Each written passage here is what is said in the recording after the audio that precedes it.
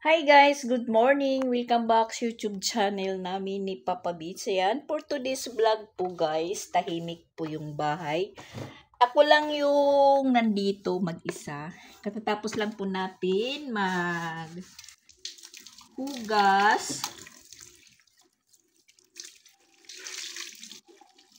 Katatapos lang po natin maghugas. Tapos, kararating lang din po namin ni Papa Beats at Sia, pero andon umalis naman po si Sia at saka si Papa Beats. Sinama po si Sia ni Papa Beats dahil papalitan po yung brake shoe ng motor dahil mahina na po yung brake. So pinasama ko na lang po si Sia kasi yan alas 10 na. Baka matagalan po si Papa Beats doon sa pagpapalit ng brake shoe. Pinadalhan ko na lang po sila ng pagkain ni Chrislyn na para ihatid kay Chrislyn. Kasi kaya ko nasabi kararating lang din po namin dahil bumili po tayo ng Coke litro dahil marami pong naghahanap dito. Bumili muna tayo, tas may kulang pa ako sa paninda ko na nakalimutan ko kahapon. So, yun, binili ko.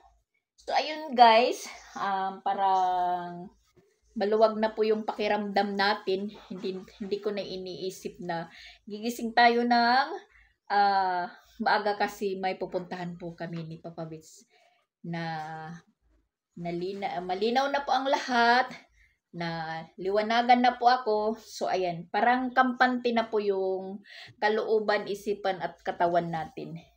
So, ngayon, dahil palagi tayong layas ng layas, hindi tayo nakakapag-focus dito sa bahay kung ano po yung lilinisin, na sa katunayan naman po ngayon is marami na naman po tayong labahan, syempre. Hindi tayo nakapaglaba kahapon. Tapos, medyo binuhaghag ko muna yung mga hinangir ko.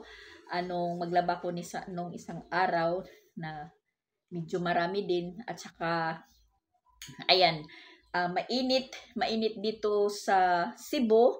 Na samantala po doon sa amin sa Samar, hindi naman po pero sana hindi na tumuloy kasi may bagyo na naman na super typhoon kasi signal number 5. Pinangalan ng Pipito na parang kagabi po yung landfall sa Bicol area. So parang tatamaan po yung Northern Samar, parang ganun, basta parte Samar. So syempre, pag Samar, malapit na po yung Leyte, yung Tacloban dun sa amin. So parang maapektuhan din. Parang nababahala na po yung mga ko doon sa bahay kasi yung bahay namin doon is medyo may pagkabulok na yung ibang mga kahoy, parang nag-aalala na po yung nandoon na naiwan. So, yun nga, makaka-focus tayo dito sa bahay ngayon na maglinis, lalong-lalo na po na ako lang po yung mag-isa. Makaka-ano po tayo, makag-focus. Yun. At saka, okay na po si Papa Beats ngayon. Bumalik na po yung aura niya. Bumalik na po yung aura niya na yun. Pinopursige ko talaga kasi isa pa yung nagpapahina sa katawan sa isang tao. Yung hindi naliligo palagi. Kasi si Papa Beats sa totoo lang, hindi naman po sa sinasabi kong binabas ko si Papa Beats, ha? Nagkikwento lang po ako kasi tamad po siyang maligo. Sabi ko, maligo ka kasi isa po yan na nakakabigay ng energy sa katawan ng tao, yung palagi kang naliligo araw-araw, lalo-lalo na kung maliligo ka ng maaga pa. Kasi noon, hindi naman ibig sabihin hindi tayo tinatablan ng ubo, pero wala po talaga akong gamot na iniinom para sa ubo. Minsan din yung sinisipon ka na nababara yung ilong mo na mahirap kang makatulog. Tapos yung ubo na basta ang ginagawa ko lang guys, naliligo talaga ako ng maaga pa. Mga alas 5, alas 6, naliligo talaga ako. Kasi na anuhan ko yan nung mga bata pa po kami, pag may ubo, yun, pinaliliguan po kami ng nanay ko ng maaga pa. Hindi yung maglalaro pa, magpapapawis bago pa maligo. Yun nga, sabi ko sa kanya, huwag kang tatamad-tamad sa sarili mo, maligo ka ng maaga para maging malakas yung pakiramdam mo. Ika nga, sabi noon, yung sanggol pa lang, kailangan daw paliguan araw-araw kasi para daw lumaki kaagad. Yun. Tapos si Papa Bits talaga parang takot siya sa tubig. Sabi ko naman sa kanya, maligo ka ng maaga dahil yung tubig hindi malamig, mainit. Yun, ayaw sumunod. Pero ngayon napipersa po siya. Sabi ko, pagkatapos maligo ni Ronald, dahil last si Ronald na liligo dahil papasok ko. Tapos ni Ronald maligo, ikaw ang susunod. Yun. Naliligo siya. Tapos tinatanong ko siya, ano nang pakiramdam mo? Sabi niya, okay. Sabi ko, okay na. Ko yun. Tandaan mo ha, sabi ko sa kanya, tandaan mo yung sabi ng doktor sa'yo na iwasan na yung matigas yung ulo, sundin po kung ano ang sinabi ng doktor at wag lilihis, parang ganun, hindi ko alam kung ano yung Tagalog yung walang, kasi sa waray ayaw pag supak hit balaod. Ganun. Sinasabihan ko talaga si Papa Bits na, Papa Bits, hindi ka pa naman matanda, wag kang magpatanda-tanda dyan. Kasi, kung tutuusin, sabi ko sa kanya, kung tutuusin Papa Bits, mas ako sa'yo. Yung, stress talaga ako kay Papa Bits, sa totoo lang, stress talaga ako kasi, parang isang bata ba na, hinihintay niya kung ano yung sasabihin ko sa kanya. Tulad po pag halimbawa may alis kami, parang hinihintay pa niya ako na matapos. Hindi, wala ba si Papa Bits ko, sasabihin ko, maligo ka na, habang mayroon pa akong ginagawa, mauna ka nang maligo. Huwag mo kong hintayin. Tapos, alam mo nang alis tayo, kumain ka. Huwag kang maghanap kung ano yung ulam dyan. Merong sardinas. Kung halimbawa may sobra tayong dyan, ulam. Kumain ka. Huwag mo kong hintayin. Kasi pagkatapos niyang maligo, wala naman po siyang gagawin. Ako, meron pa. Sabi ko, huwag mo kong hintayin na pagsisilbihan pa kita. Kasi, yung kamay mo, wala namang sakit. Yung nararamdaman mo is nandito sa loob. Kaya mo pa naman. Huwag mo kong hintayin na sabihin, hoy, Papa Bits, kain na. Ganun ba? Yun, kumikilos siya. Mag-ano kas ng sarili mo. Yun, minsan parang pagkatapos kong pagsabihan si Papa Bits, parang natatawa ako. Kasi parang si Sia din. Dalawa sila nga si Sia. Mas pa si Sia kasi katulad kanina, sabi ko, Sia, mag-ano ka doon, magwalis tambo dito, walis tambo. Tapos nag-live pa ko sa pupo. Naamoy ko yung downy. Sabi ko, ba't madar-downy? Paglingon ko sa kanya dito sa loob, nagmamap pala siya, na parang bumabaha na kasi spray po siya ng spray sa ginawa kong pang-spray dito sa sahig. Sabi ko, Sia, wala akong sinabi na mag-map ka. Sabi ko sa'yo, magwalis tambo ka lang. Tingnan mo yan. Apak-apakan, babakat, may posibilidad pa nga na madulas ka. Yun, inulit ko. Sabi ko, sige, maligo ka na. Ako nang tatapos dyan. Walang masama kung mag-map ka dahil mabuti yan. Pero wala akong sinabi na mag-map ka dahil hindi mo pa kontrolado yung pag-spray. Kasi nagbabaha na po, guys. So, ang nangyari po doon sila sa likod, dumaan sa isang pintuan. Yun po yung yung ano ko kay Papa Bits ba na hindi niya po ako hintayin kung ano yung sasabihin ko sa kanya sa sarili niya. Kasi ako, marami po akong inaasikaso. Dapat siya na walang ginagawa, siya lang mag-aano sa sarili niya. Hindi na po siya maghihintay sa akin. Kasi ako, talagang napapagod ako na binibilisan ko yung trabaho ko para matapos.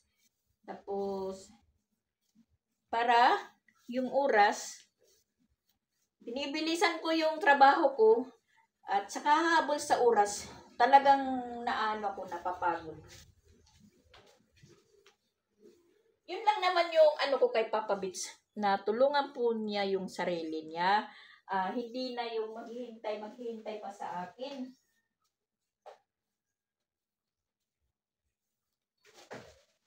Ngayon, mayroon na siyang mga medisina na para sa sakit niya na iniinda.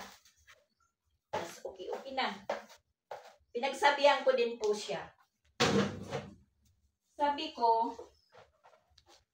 sumunod ka na. Huwag ka nang matigas. Kasi ikaw lang po yung naghahanap ng sakit sa katawan at hindi ka naman yung kasi takot siyang humarap sa doktor. Hindi siya makapagsalita kung ano. Nadidinig naman yung boses niya. Sasabihin niya, pareho kahapon, parang pa kami. Parang nagdebate. Maraming tao. Parang bigla bang, hindi naman debate. Bigla bang, lumakas po yung boses niya. Kasi, pinutokapi yung mga history niya. Dinala ko kahapon, yun tiningnan nga ng mga assistant. Tas, pinutokapi, binigay sa akin. Tas, yun po yung binigay ko naman sa doktor. Sabi ko sa kanya, upo ako guys nagano lang po ako,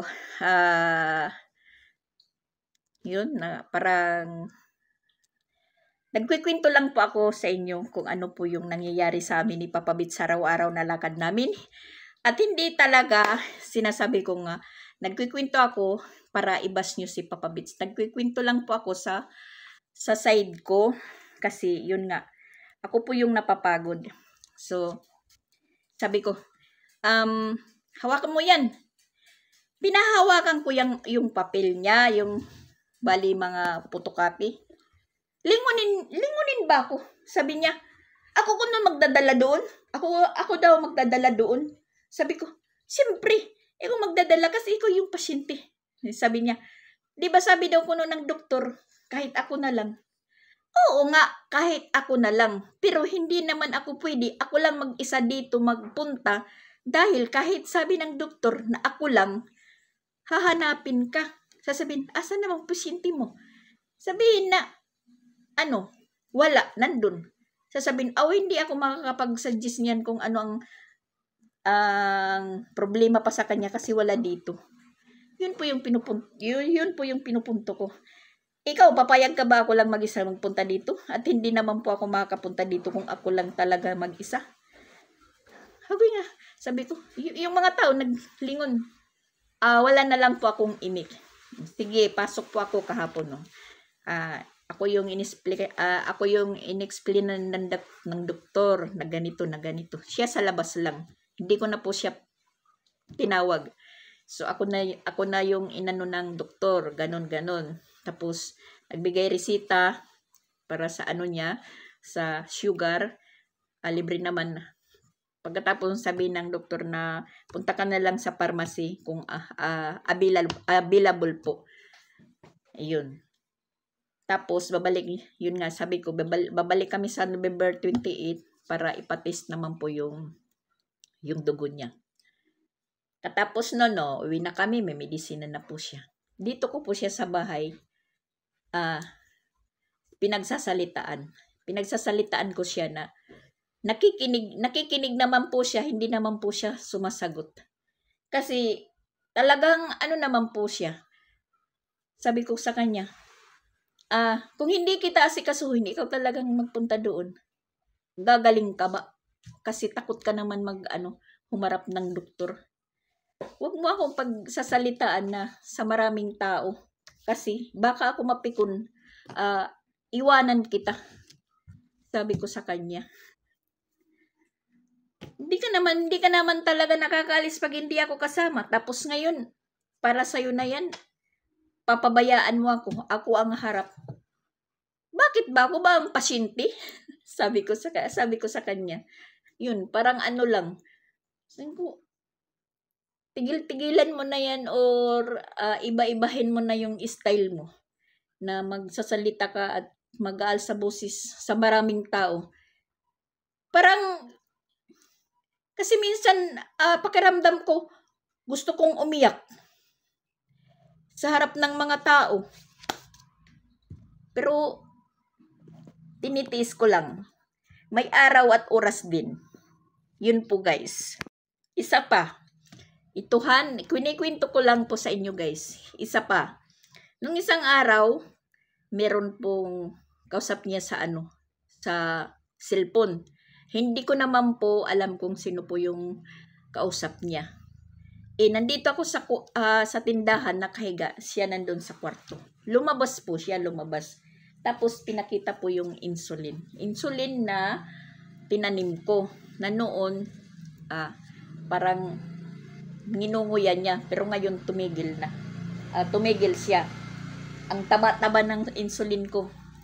Tapos, nadinig ko, may nagsalita. Sabi niya, sa waray, nadinig ko sa waray, kay ginpapabay ang kaladida, gusto ka ada mamatay.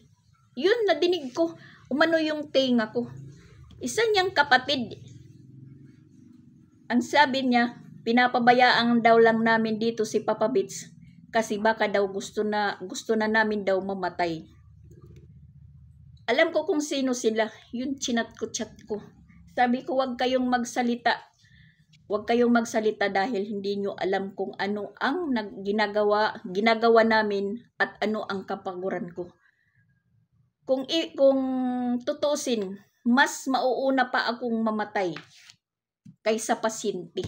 Basta mahaba yung Sabi ko naman, sinabihin ko si Papa Bits, sila ang maraming reklamo, wala naman silang ambag. Mas mabuti pa yung ibang tao, hindi natin kadugo.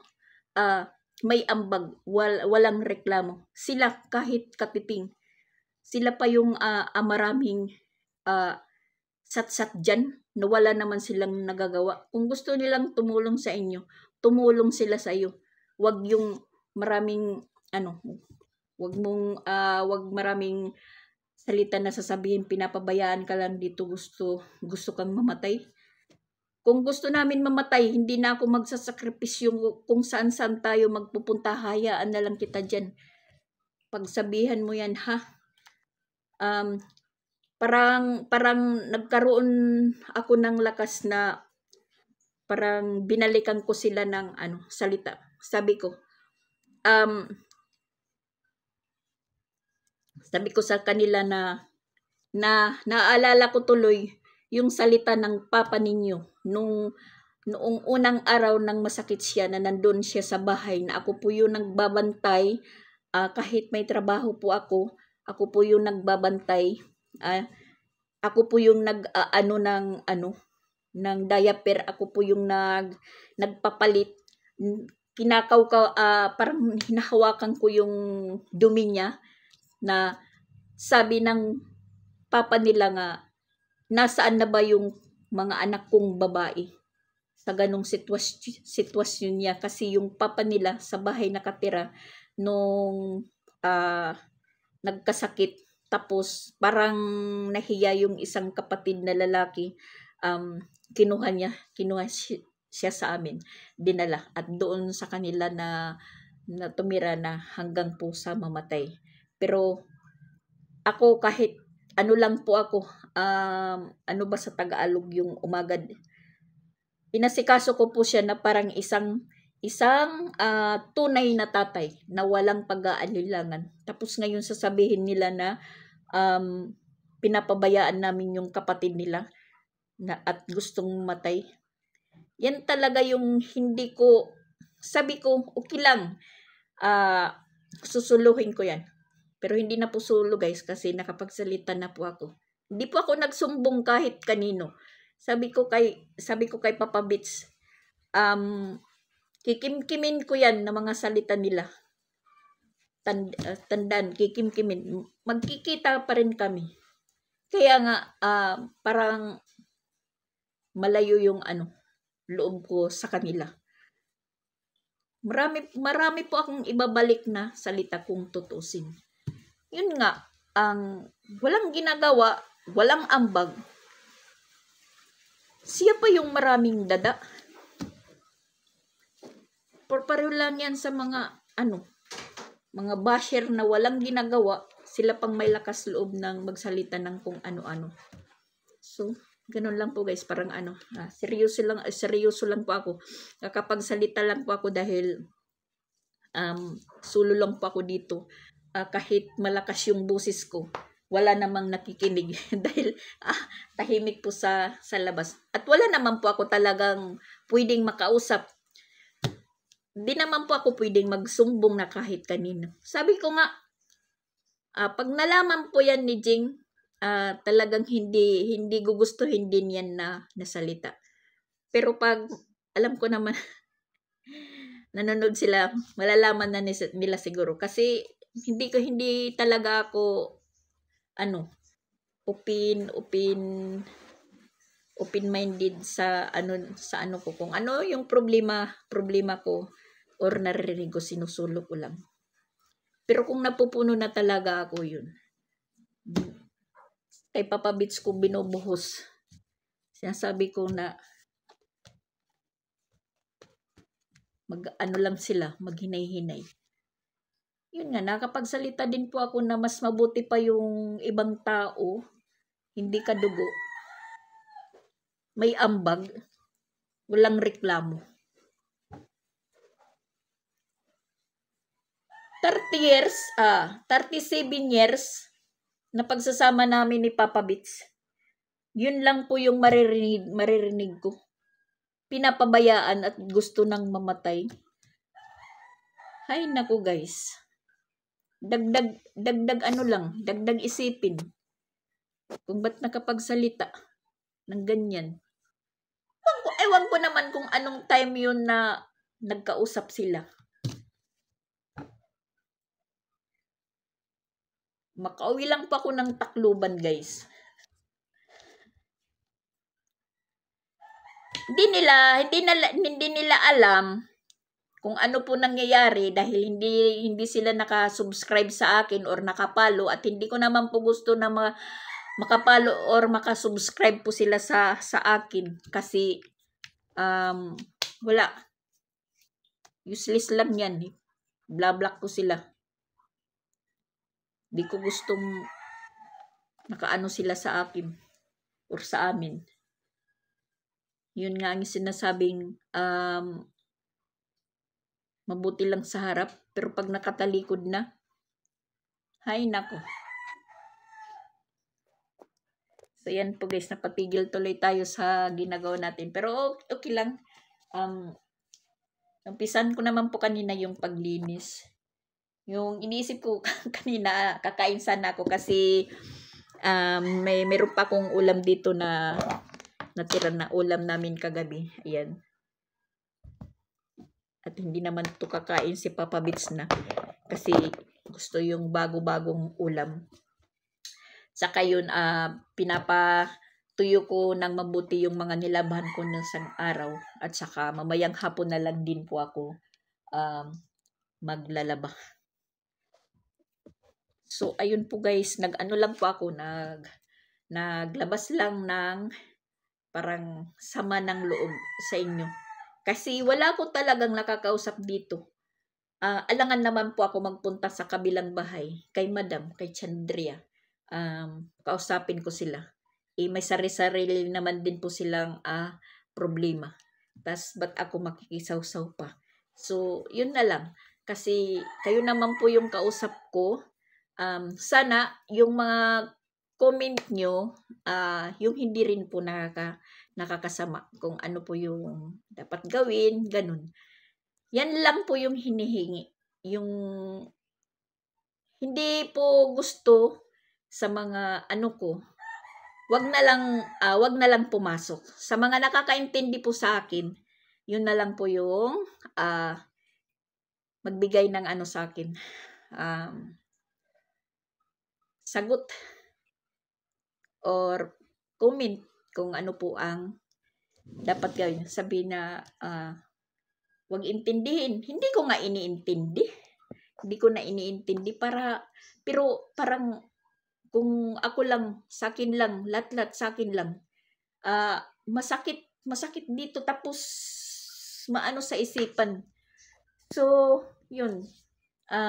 Naghahanap na lang po ako ng way na sa inyo na lang po ako nagkukwento guys. Hindi naman po ito nga ibig sabihin na nagkukwento po ako. Nagpapasikat, naglalabas lang po ako ng ng sama ng loob kasi may mas pa na yung higit pa sa senaryo ko ang may nararamdaman. So ako talaga di po ako open-minded sa mga ko, sa mga kasama ko dito sa bahay kasi puro naman lalaki. Alangan naman kay Sia, kay Chrislyn ko sabihin. Kay Sia naman, marami pang tanong. Pero kanina, may nahulog na pinya. Sabi ko, nahulog yung pinya. Tas binalikan. Sabi niya, anong pinya? Yun i-explain ko pa kay Sia kung ano yung pinya. Yung pinya, pineapple. Agoy, Ginoo ko. Dagdag sakit pa yan ng dagdag sakit pa yan ng ulo. I-explain mo pa. Kaya, sana guys, bigyan nyo na lang po ako ng suggestion kung ano po yung nakakabuti. Pero yun, sabi nga, reneplyan pa ako doon sa sa chinatan ko. Humingi din ng paumanhin. Siya na daw lang bahala. Ako na lang daw yung mag-adjust. Sabi ko, matagal na po akong mag-adjust. Ang ayaw ko lang, ayokong marinig ng ganoong salita kasi nakakasakit ng damdamin. Ganun. Wala silang alam, hindi nila alam ang kwento, hindi sila yung nagsasakripisyo, hindi sila yung napapagod. Kaya, huwag na lang magsalita ng kung ano-ano. Sabi ko nga kay Papa Vince, uwi ka? Doon ka sa kapatid mo? Sige daw. Kung ano ang papala nila sa'yo. Hey guys. Tas ang nakakaano po dyan guys, paano sasabihin na pinapabayaan na mismo yung sarili niya is hindi tinutulungan. Dapat siya po yung may nararamdaman. Dapat tulungan niya po yung sarili. Hindi yung ako po yung parang ako po yung sinusunod niya. Tsaka sana kung ano yung bawal, sundin, hindi magmatigas. Tulad ng sabi ng doktor, bawal na po siyang uminom talaga ng malamig na tubig. Ipano malamig na tubig or prusin yung iniinom niya, yun po yung gusto niya. So, ngayon, doktor na nagsabi na bawal sa kanya, kung kami lang po sasabihin niya na wag niyo kong pakialaman sa sarili ko. Yun po yung nakakaano sa kanya. Siya na pa nga yung tinutulungan, siya naman mismo, hindi po tinutulungan yung sarili niya. Useless lang ko yung pagpapagamot kung magmamatigas po ng ulo guys. Yun ang punto dyan. Dapat magtulungan. Hindi yung paano-paano dyan. Papalitan ng salita. Hindi naman po ako sa kanila. Iwan ko kung bakit nagkausap sila sa time na yun. Baka tinawagan niya. Kaya yun, nadinig ko tuloy kung ano yung pinag-uusapan nila. So, ayan guys, tama na po yung natin, kwento. Yun nga, sabi ko, hindi po, nagsasabi po ako sa inyo na ibabas nyo po si Papa Bits. Hindi naman, nagkikwento lang po ako. Nagkikwento lang po ako sa inyo kung paano ko siya alagaan, ganun. Na minsan, hindi na lang po ako umiimik. Na minsan sinasabi ko sa kanya, ikaw yung naghanap ng sakit, ano ka naman, duwag, ganun. So, ayan guys, bumili din po ako kanina, punta kami sa tagal ko na po itong iniisip na bumili ng battery para sa, iwan ko kung, hindi ko tiningnan, para sa pang test ng sugar, nabigay po ito ni, siguro parang hindi ito yata yung, tingnan ko nga, yung battery. Pang test ng sugar. Nabigay po din ito ni Ate Betty. Kasi hindi na po gumana. Agoy, mali pala. Hindi pala ito na battery yung kailangan. Ito yung battery niya, guys. Ayan. Kasi hindi na po gumagana. Sangsit po ito. Sangsit. Agoy. Bumili lang po ako ng bumili. Kasi tinatanong ko si Papa Bits kung yung battery is pareha nito na pang remote. Hindi pala. Sangsit kasi pang test ng sugar. Ayan, ito po. Ayan. Tapos, ito po yung pinaka-karayom. Parang pinaka-karayom yata to. Basta ganun. Kasi hindi na gumagana. Kaya hindi na check yung ni Papa Bits. Tapos, ginamit din ito ni Jing. Ay, ito pala yung karayom. Yung hindi. Pang sa dugo. Yan.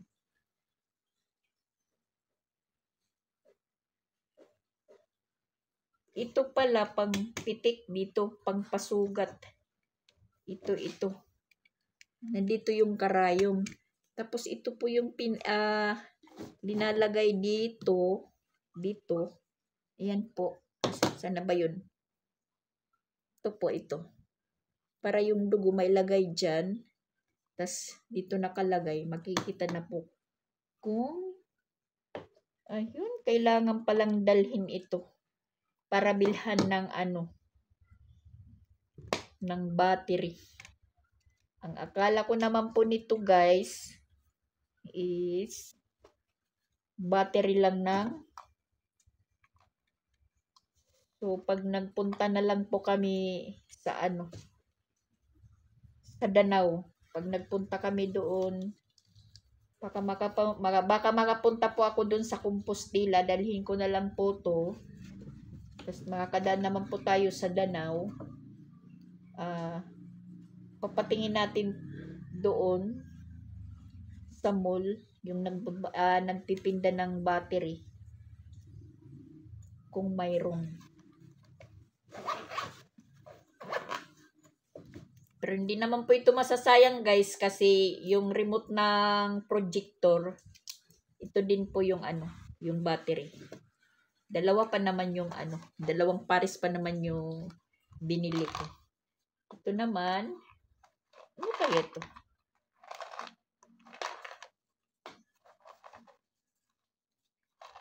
Kaya hindi na lalaman ngayon kung ano po yung nakasarado.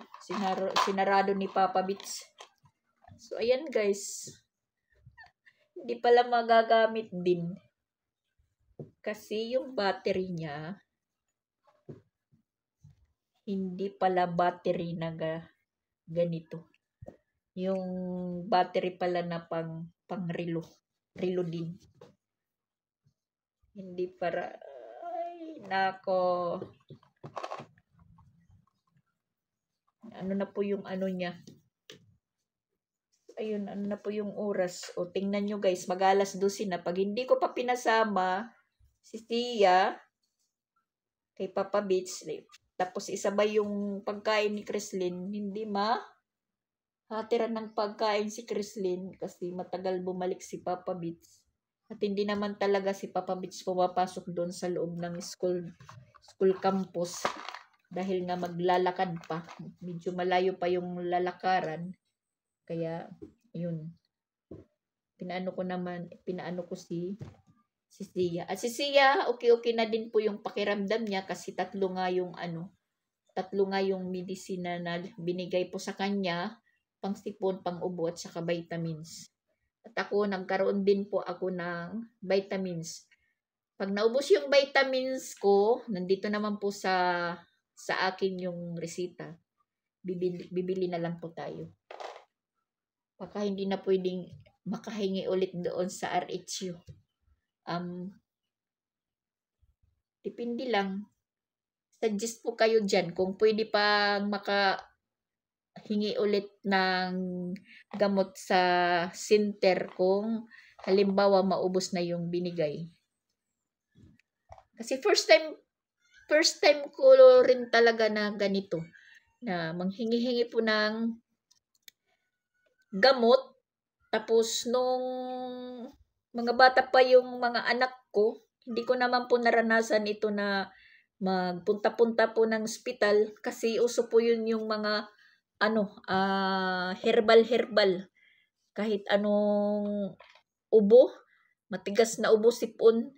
Ang natatandaan ko lang po na gamot yung klabo. Dinidikdik yung klabo, linalagyan ng kalamansi, kunting asukal. Yun, drinadrops, pinapainom sila. Sa awa naman ng Diyos, gumagaling naman po sila. Ngayon lang po ako naka-experience ng ganito na kunting ubo, kunting sipon, talagang dadala na sa sentro, sa ospital, ipapacheck up. Kasi naman ngayon yung mga bata hindi na umiinom ng mga herbal. Kasi tatanungin pa kung ano yan. Kahit nga gamot, si Sia nga, pag hindi niya gusto yung gamot na iniinom niya, nasusuka po siya. Pero ngayon, parang hiyang siya, siya pa yung nagsasabi na, "Uy, hindi pa ako nakainom ng gamot." Ganun. Parang, para rin siyang nagmo-monitor sa, sa gamot. Sasabihin sa papa niya, "Uy, papa, waray pa ako mag-inom medisina." Ganun. Natatawa na lang po yung papa niya. Pero pag hindi niya gusto yung medisina, wag na lang. Itatago pa po niya yan para hindi makita na painumin po siya. Pero ngayon, siya po yung naglagay. Nandito sa may computer. Yan, nakaano po yan. Talagang hinanda po niya. Yan po guys. Yan, siya po yung naglagay dyan. Para daw pagpainom, hindi na daw mahirapan pang magpunta doon. Inilagay na lang po niya dito. Siya po yung naglagay niyan kanina pagkatapos uminom. Maski ako nga guys, yung Losartan tsaka Amdolipin. Tapos kong uminom guys, nagaano po ako ng kindi kasi mapait. Matagal makuha pag hindi po ako nagaano ng candy. Tingnan nyo naman po guys ngayon yung panahon namin. Sobrang init po. Sobrang init. Medyo po yung tindahan natin ngayon. Yan. Sabado na bukas, babayad na po yung may sa atin, utang. At ayan po yung mga nilaban ko nisang araw. Nihintay ko lang na magtuyo-tuyo na kagad. Sakto-sakto lang po yan mamayang hapon, mga alas 4 maglalaba po tayo. Tapos ayun yung higaan ni Papa Bits, inano ko muna. Kinuha ko muna dito. Dito guys. Nilinisan ko kasi yung mga ano po, yung mga basura niya sa candy, sa biskwit, na sa silong lang ng ng folding bed. Sabi ko sa kanya, para kang nasa payatas. Maraming basura sa silong ng higaan mo. Sobrang init guys dito, na samantala sa Samar is signal number 1 yata sa Pipito. Sana naman hindi tumuloy. Lumihis na lang din ang bagyong Pipito na yan, dahil yung bagyong Nika is hindi naman tumuloy. Parang natunaw. Yan, napakatahimik yung paligid natin. 12:00 na guys. Yan, talagang ako lang dito. Yung mga tao nandyan sa mga bahay-bahay nila. Walang time sa maritisan. Talagang seryoso sa sa buhay-buhay.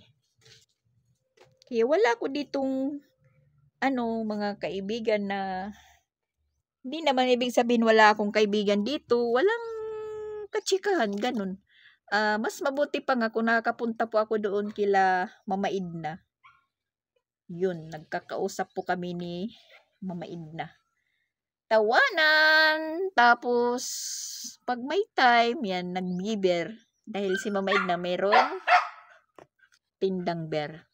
At hindi na tayo nakapaghintay guys sa hapon. Ayan, tuyo naman yung mga maglalaban na lang po ako dahil sayang yung oras. Para naman makapahinga tayo ng mahaba-habang oras.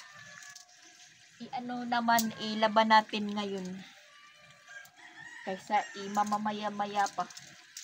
May oras pa naman, kaya ayun, i-grab na natin. At alas 12:20 na wala pa sila, Papa Bits. Matagal pala yung pagpalit ng brake shoe. Kinakailangan na kasing palitan ng brake shoe yung yung motor ni Papa Bits, dahil mahina na po yung brake. Palagi po kami biyahe-biyahe, delikado. Lalong-lalo na pag pabalusok, hindi gumagana yung brake. Baka madisgrasya kami or makadisgrasya, makasagasa. Kaya ayun, kailangan ng palitan ng brake shoe ni Papa Bits. Meron naman po siyang pang palit ngayon ng brake shoe. Na yun nga, libre naman po kami ng gamot. So bali yung pambili ng gamot ni Papa Bits, na lang po niya sa motor niya, iaayos. So ayan, aray, nagpaano po tayo ng tubig, nagpaagas dito guys, para makapaglaban na po tayo. Kasi baka mag-burn out naman, sayang yung ini-standby natin. Ilaban na lang po natin guys. Medyo maliit na naman yung tubig sa ilalim, kasi yung agas ng tubig namin is nagpapalya-palya na naman. Lumalakas, mihina, lumalakas. Tingnan nyo. Pag malakas yung tubig, yan, kasi ganyan po yung sitwasyon. Tas biglang hihina. Tas yung tunog ng motor is nagpapalya-palya. Parang umuugong ba, ganun. Kasi naman ayan, mga siguro 3 weeks na hindi umuulan dito. Yan po yung sitwasyon namin dito pag nagtatag-init. Problema po namin yung tubig namin. At saka napapalatandaan namin talaga pag wala ng tubig masyado sa ilalim. Yung git talaga namin, yung git. Tingnan nyo. Bumubulwak-bulwak po siya. Tapos yung kawawa yung yung motor ng tubig, kasi yun, parang uugong. Tas humihigop po siya ng tubig masyado, may posibilidad po na masisira kasi persahang higop po niya. Ganun po yung nangyayari, nagbubulwak-bulwak. Ito po yung yung palatandaan namin pag kunti na lang po yung tubig sa ilalim. Kasi pag tag-ulan is level po ito, level. Ngayon, tingnan nyo. Ang laki na ng ibinaba. Iwan ko sa gitna to. Pag maulan, tumataas. Yan, ngayon magtataginit na. Kaya yung nangyayari po, yung ano namin, ito panglock dito, pangsara. Pinupukpok po yan ni Papa Bits. Yan, tingnan nyo. Umuan na. Parang hindi na din level. Pinupukpok po ni Papa Bits yan na tumas dito na maisara. Kasi pag hindi pukpukin, pataasin, hindi po na isasara dahil hanggang dito lang po siya. Hindi po siya nalalak. Yun po yung nangyayari. So, ayan po guys, mag-aano muna ako, maglalaba. At thank you for watching po. Ayan, mapupuno na po yung yung tubig. Mapupuno na. So, bali, ilipat natin dito para pataas, para sa para umano yung tubig. Yan. Papunta na po yan sa tangke. Yan po guys, thank you for watching. Sana naman po magaganda po yung mga comment nyo po sa akin. Hindi po ako nagpapabas or ibabas nyo. Thank you po sa lahat. God bless us all. Thank you po sa mga nagsusuporta at lalong-lalo na po sa hindi nag-skip ng ads.